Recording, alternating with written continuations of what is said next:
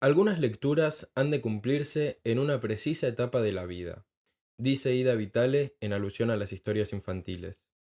Sin embargo, es frecuente hallar en librerías adaptaciones de clásicos para niños, con ilustraciones y estilo más comprensible. ¿Es esto una voluntad por empapar a nuestros jovenísimos lectores de nuestra mejor herencia literaria? ¿O, en verdad, es una pretenciosidad que apura algo que ocurrirá en pocos lustros? Hoy nos planteamos la cuestión de las adaptaciones infantiles y traemos también a la mesa el tema de los libros explicatorios, esos que echan luz sobre teóricos de gran porte y escasa llaneza. En definitiva, ¿qué rol juegan las adaptaciones en nuestra sociedad?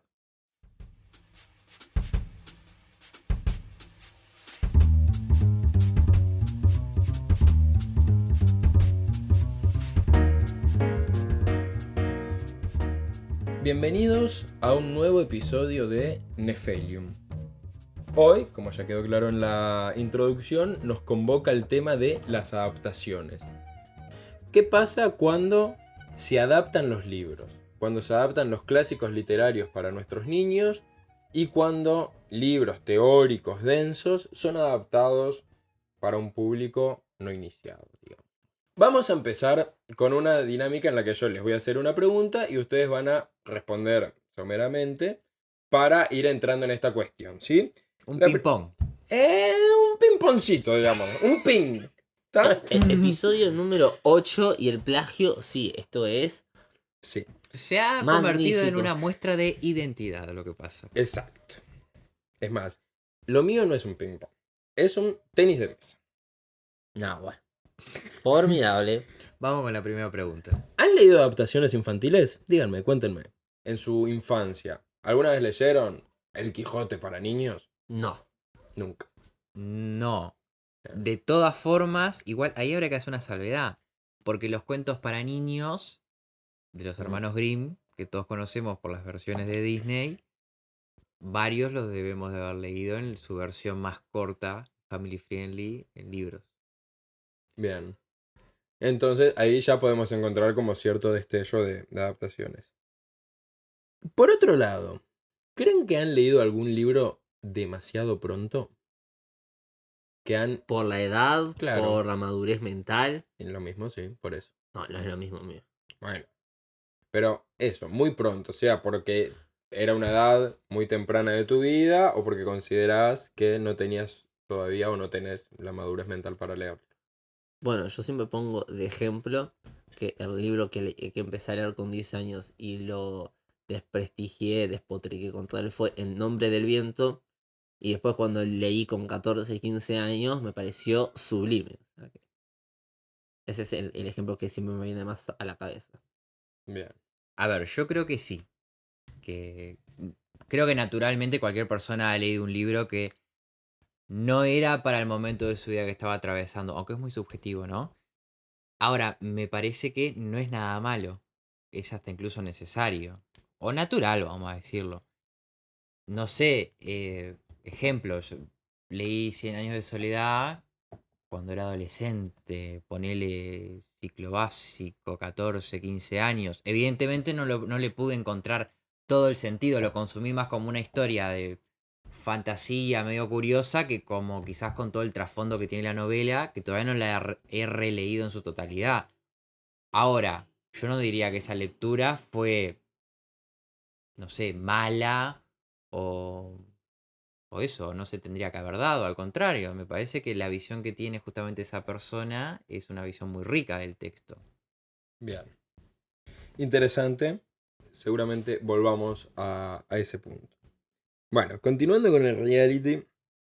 Entonces, ¿qué han pensado ustedes cuando prepararon este podcast?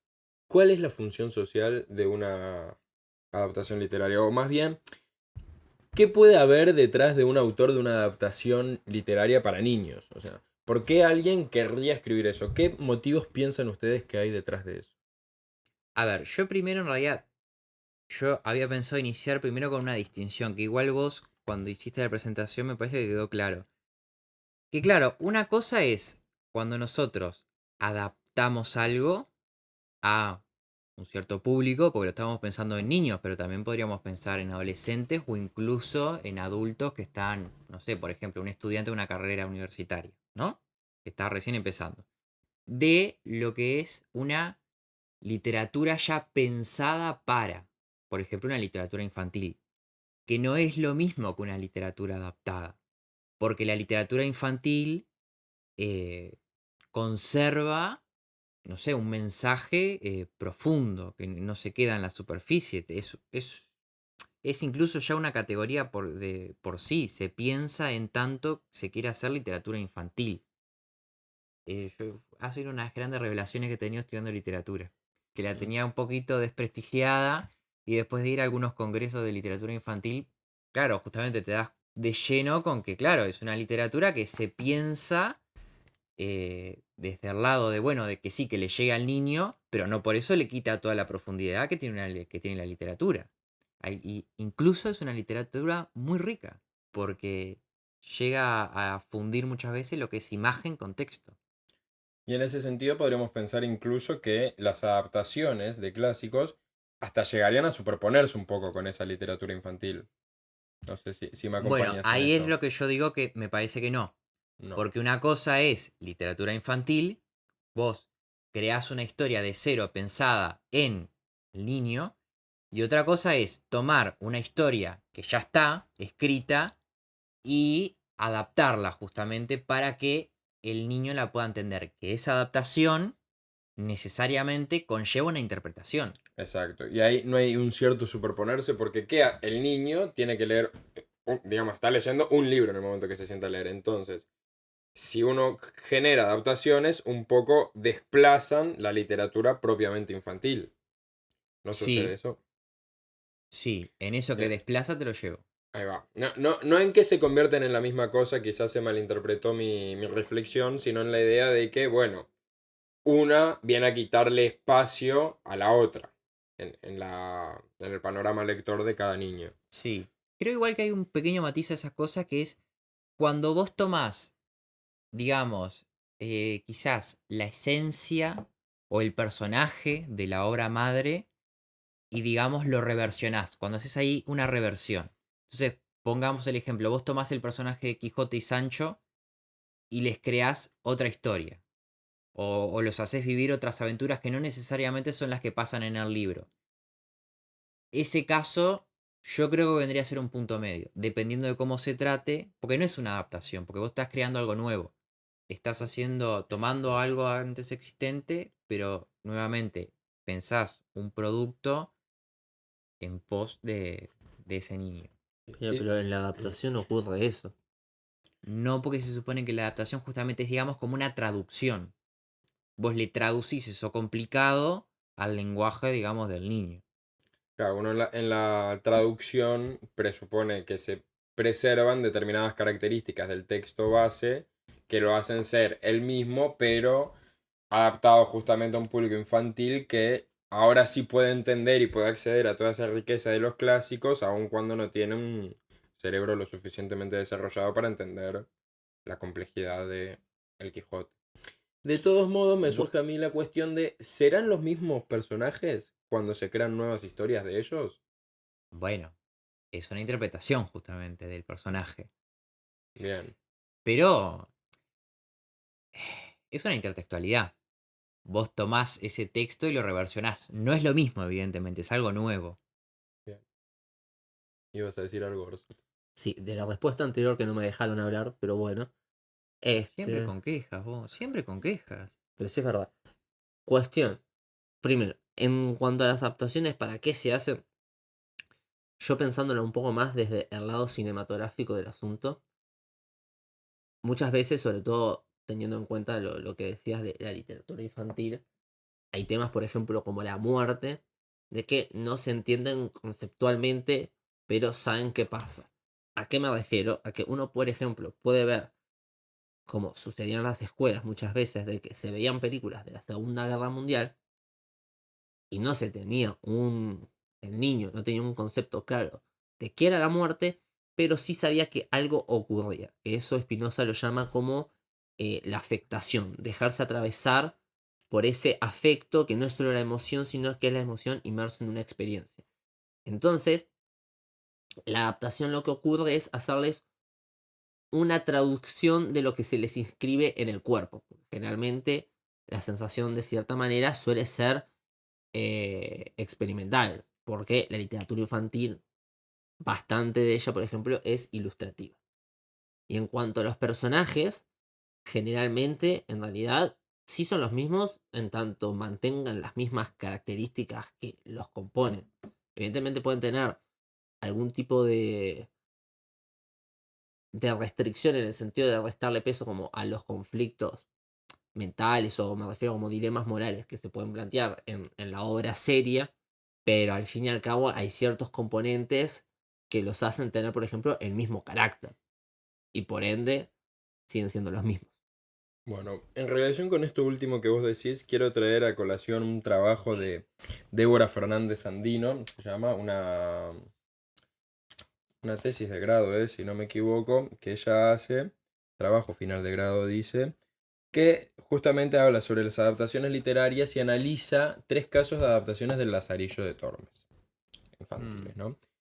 Y hablando de esto de los personajes, ella menciona en un momento, ella quiere determinar, a fin de cuentas, qué tan bueno es o no adaptar libros. Que si quieren así un poquito un adelanto de lo que piensa o que lo diga sencillamente, para ella no son muy convenientes las adaptaciones. De todos modos, lo dice muy matizadamente, les intenta dar para adelante, como que podrían llegar a ser buenas, pero queda bastante explícito, bastante claro por lo menos que ella no está de acuerdo. De todos modos, en su análisis, en las adaptaciones, ¿qué sucede con los distintos amos que tiene el Lazarillo? A ver, panorama general del Lazarillo de Tormes. Un muchacho muy pobre que nace en la España del siglo XVI.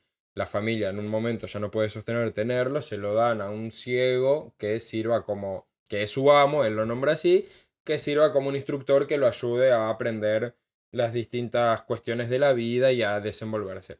Va cambiando de amo porque se deslinda de este ciego y va pasando de amo en amo, que cada uno está en una peor situación y lo trata peor, y la constante es el hambre. Hasta que llega a una mejor situación social, consigue una esposa, consigue un trabajo que le da cierto dinero, y cuestión que se tiene que explicar ante un vuestra merced que no conocemos sobre por qué acepta ser cornudo, sabiendo que incluso puede ser un delito esto, ¿no?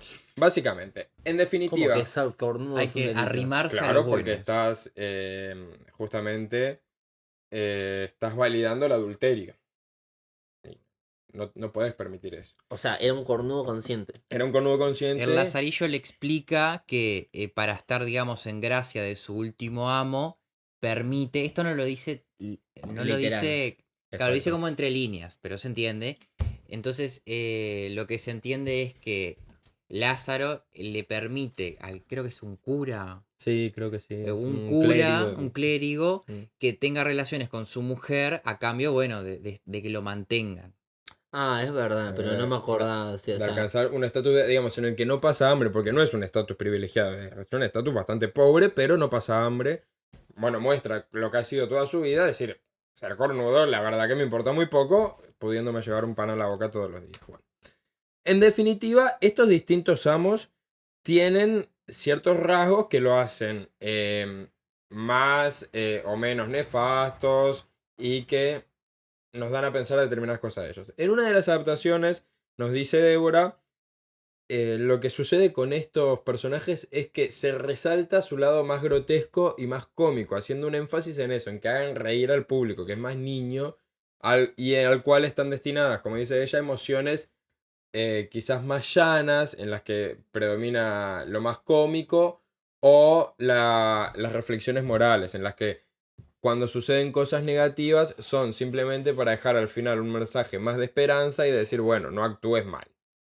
Entonces, esas otras cosas que aparecen en el libro, como algunas bajezas o ironías de Lázaro también hacia toda la situación social de España de esa época, se eliminan en favor de los aspectos más grotescos que forman parte de esa ironía para que sea algo meramente cómico. Entonces, esos personajes que son fuertemente cómicos siguen siendo los mismos personajes que están en el Lazarillo.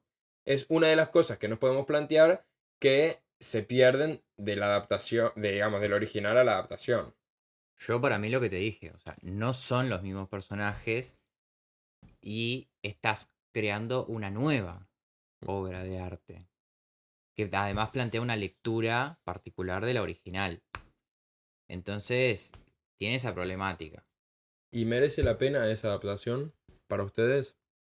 Ustedes, si tuviesen hijos, ¿les acercarían adaptaciones Yo personalmente también estoy en contra de las adaptaciones.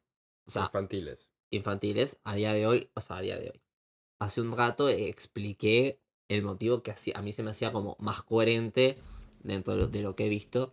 Pero no estoy de acuerdo en la medida de que, si bien es cierto que a veces nos pasa de que nos hemos topado con un libro antes de tiempo, que en cierta medida comparto con que es una experiencia natural, también entiendo que como padre, un poco, uno puede elegir qué libros acercarle y en cierta manera trazarle un camino que después mi hijo, mi hija, seguirá o no seguirá, le gustará más lo que le acerco, le gustarán otras cuestiones, es cuestión de ir leyendo y probando, pero me parece que la lectura original de la obra que sea, ya sea literatura infantil, ya sea literatura más compleja, lo original tiene, de cierta manera, la mano del autor más directa posible, si se quiere, ya sea que sea una obra completamente ficción o se planteen distintas cosas. Entonces, partiendo de eso, creo que en las adaptaciones es como un poco hablamos una vez en el episodio de las traducciones. Hay ciertas cosas que también se pierden, sobre todo los matices y detalles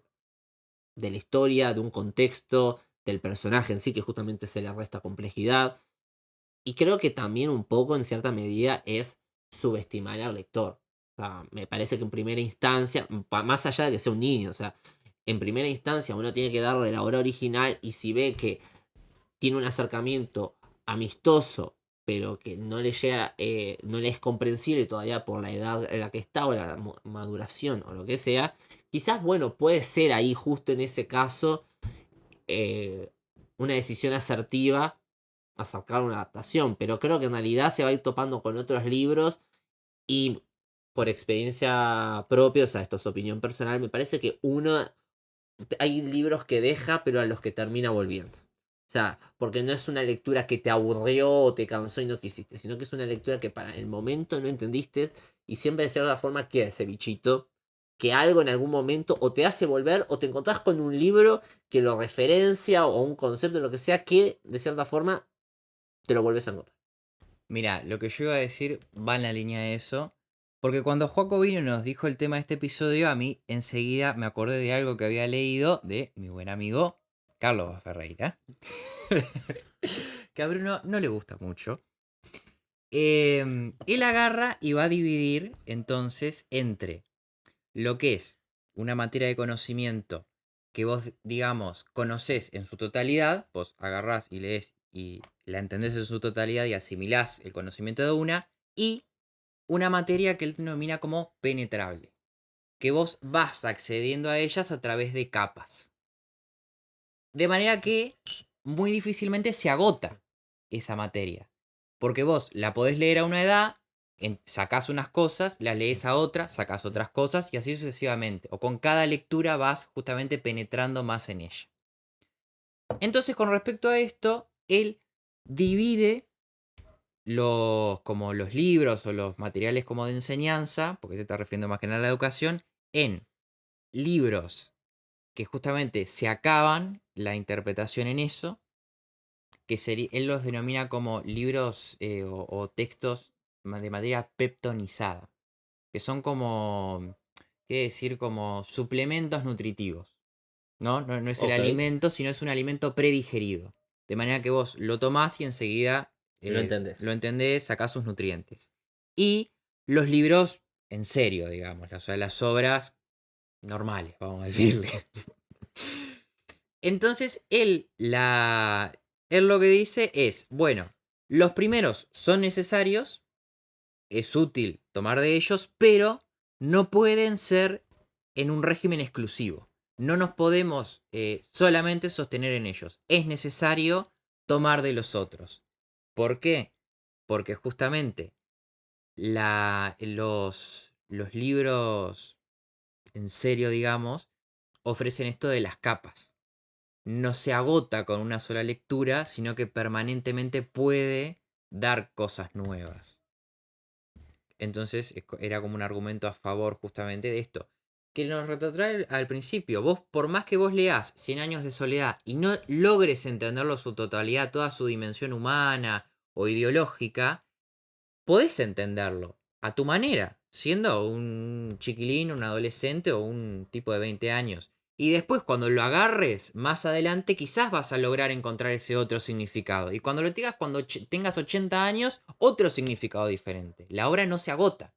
Ahora, a vos te sucede que lees un libro para niños pensado exclusivamente como, no sé, una fábula moral, algo de ese estilo. Lo leíste, entendiste el mensaje y ya está, se terminó.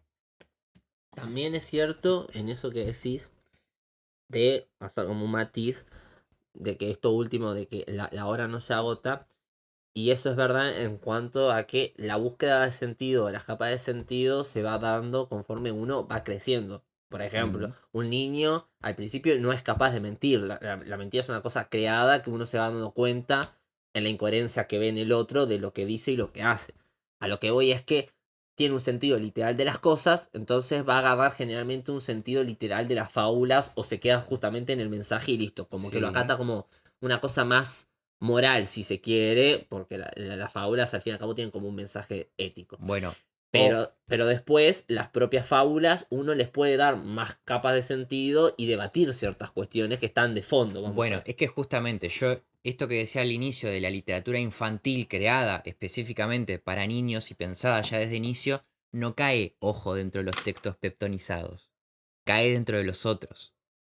Porque justamente no se piensa como con un único mensaje, sino que sigue siendo una obra con distintas capas. Claro, en Ok. contraposición quizás por lo que podemos ver en las adaptaciones y un poco asociado a lo que decía Orset hace unos minutos, esta idea que también utiliza Débora de que, y leo, se corre el peligro de imponer un sentido de lectura que subestime la capacidad creativa del lector. Exacto. Hay una subestimación y sobre todo pensando en un público infantil en el cual se eliminan capas de penetrabilidad en términos de Eva Ferreira para que quede esto peptonizado en donde prime el entretenimiento y se cae en cosas como lo grotesco para hacer humor o donde siga primando el entretenimiento porque si no el chiquilín deja de leer y se finalice con una moraleja. Pero siempre destacando una única cosa, es decir, no hagas esto porque te va a ir mal, no sé, no le desees el mal a nadie porque después le termina pasando y ¡ajá! Ya te agarra la culpa. O, jajaja, mira qué gracioso, se tropezó, se cayó. Y y queda ahí. En cambio, cuando está pensado específicamente para un público infantil, parecería, por lo menos, que el autor es consciente de la necesidad de generar también esas Claro. capas. Él lo que pasa justamente habla desde una época donde era muy normal tener como, no sé, libritos de moral o cosas de ese estilo que, claro, estaban enfocados en transmitir un mensaje. Ahora ya se ha perdido, no he visto mucho. Y ha nacido justamente porque antes no existía la literatura infantil como tal, que era esto que hablábamos al inicio. Entonces en la época de Eva Ferreira era más normal todavía ver esos libros peptonizados. Sí. Y un poco esto iba con una pregunta que creo que ya se ha ido respondiendo, con esta cuestión de si la adaptación, pensando un poco en esa etimología que tiene la palabra apto dentro, ¿no? Adaptar, ¿no? Ir hacia algo que sea apto para el receptor, ¿no? Si la adaptación no presupone justamente la ineptitud, es decir, la falta de aptitud, el no estar apto del lector. O sea, si una adaptación no presupone la ineptitud del lector. Era lo que yo decía. O sea, lo de la penetrabilidad. Sí, ¿no? Un lector que no tiene la capacidad mental de penetrar en distintas capas, entonces vamos a sacar esta, vamos a sacar esta, vamos a sacar esta, que quede livianito. Lo que pasa que vos justamente podés penetrar en alguna, llegar a rascar cierto sentido, a veces incluso leerlo nada más como una aventura, ponele. Evidentemente hay obras que es más fácil darle como un tono, o sea, es más fácil leer Cien años de soledad para un niño que, no sé, el Ulises de James Joyce. que hasta yo lo leo y me corto las bolas. O sea, sí, hay libros que es más fácil que otros. Y bueno, sí, va a decir algo más. No, a mí me parece que las adaptaciones igual tienen...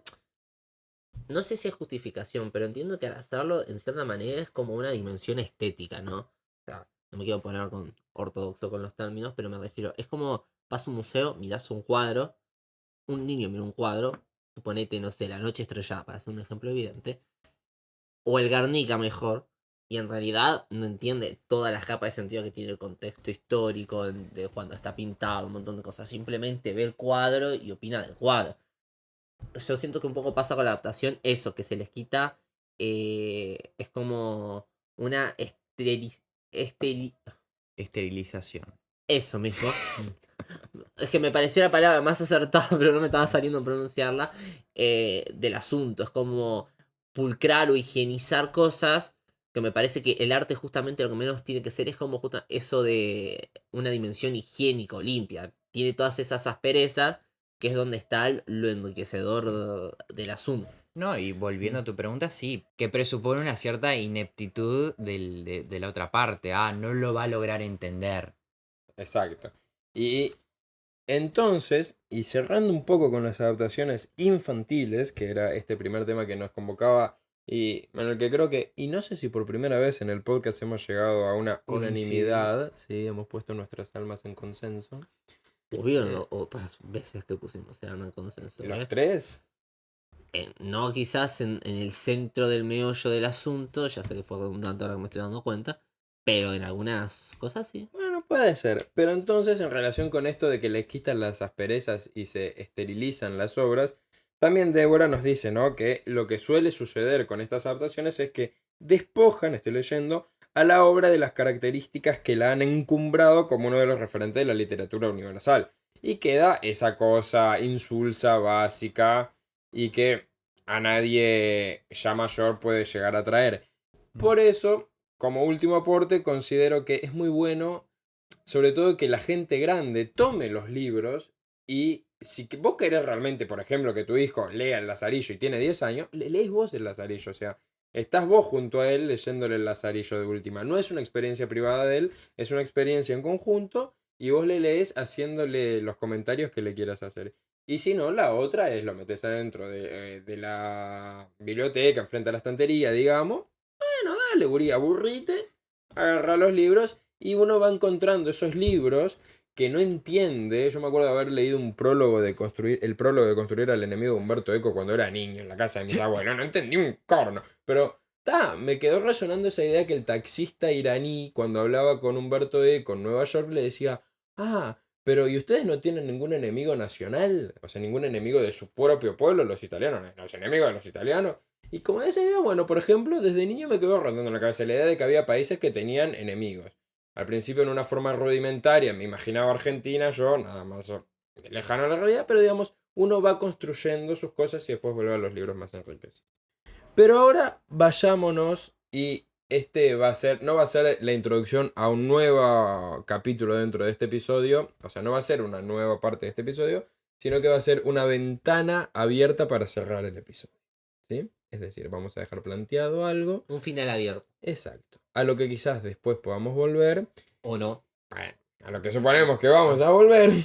Eso lo deciden ustedes. Sí, pero que también les dejamos el espacio abierto en los comentarios para que nos digan cuáles son sus opiniones. Bueno, primero sobre las adaptaciones infantiles. Si ustedes creen que son lo mejor del mundo o que está muy bien, que los niños hoy no leen y que por lo menos así acceden a los clásicos. Es una forma de incentivar la lectura a jóvenes edades, demás cuestiones.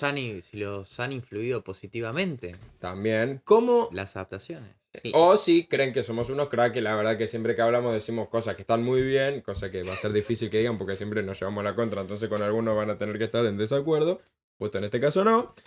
En definitiva, la ventanita que vamos a abrir ahora es esto otro que yo mencionaba en la introducción que yo llamo libros explicatorios, que son esos libros que versan sobre lo que han expuesto teóricos que resultan muy complicados.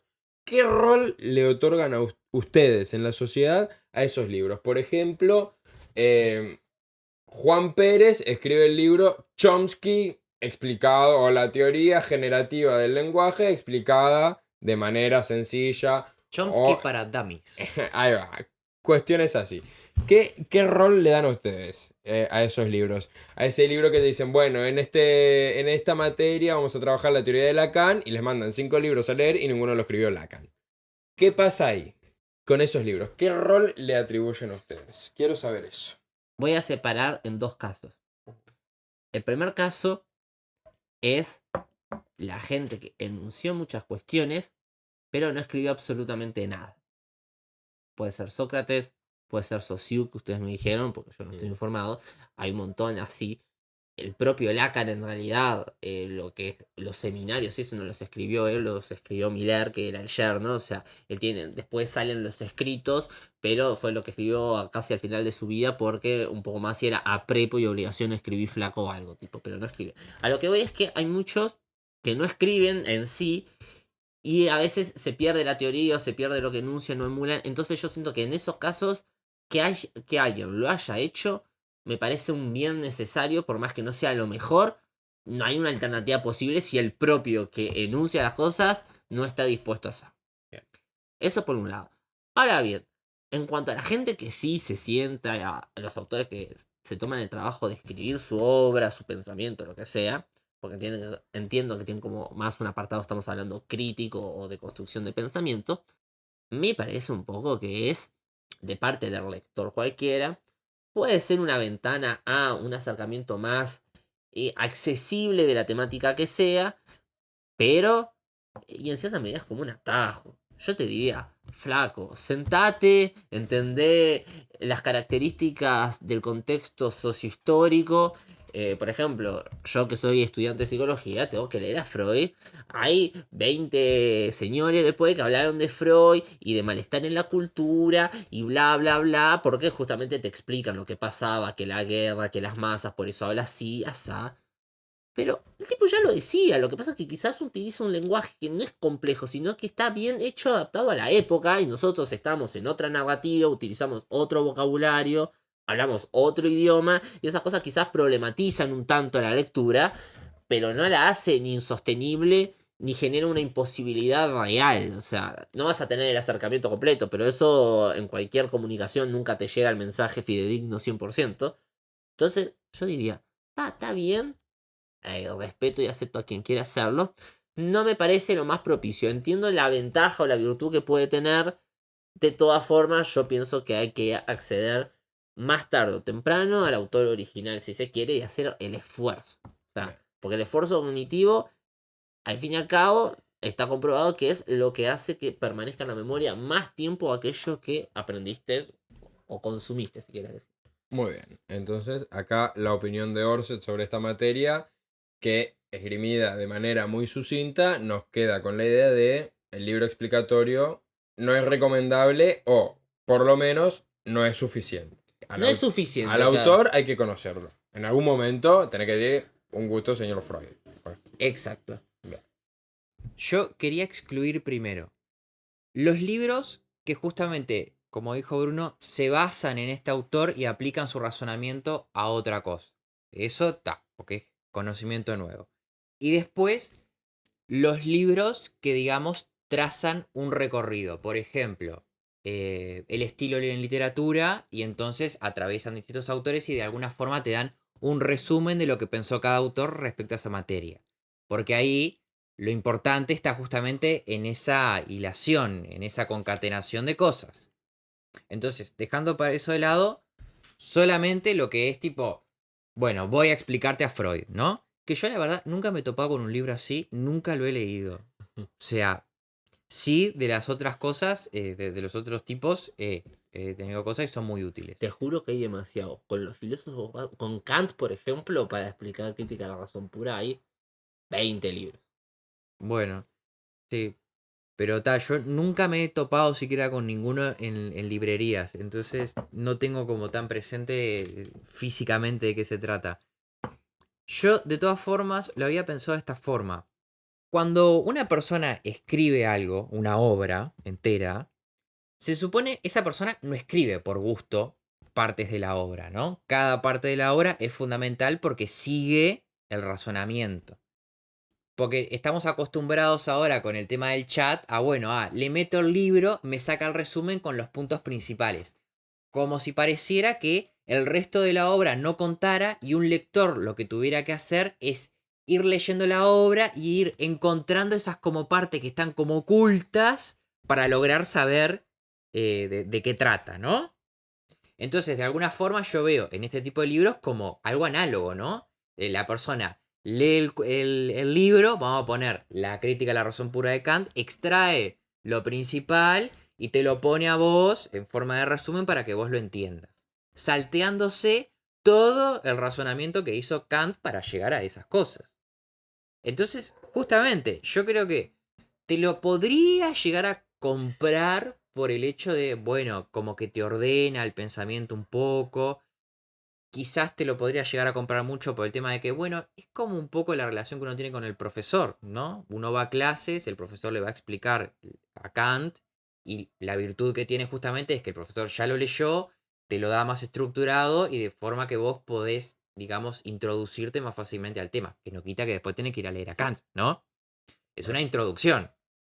Entonces, claro, yo creo que es esto, es una posible ayuda, pero sí o sí hay que ir a leer el original.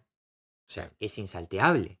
Porque justamente esa persona se sentó a escribir algo que empieza en una letra y termina en otra letra, y en el medio de todo eso es el discurrir de ese pensamiento. No lo escribió porque se le cantó la gana escribir 20 páginas ahí rellenando. No, esas 20 páginas valen igual que las otras 20.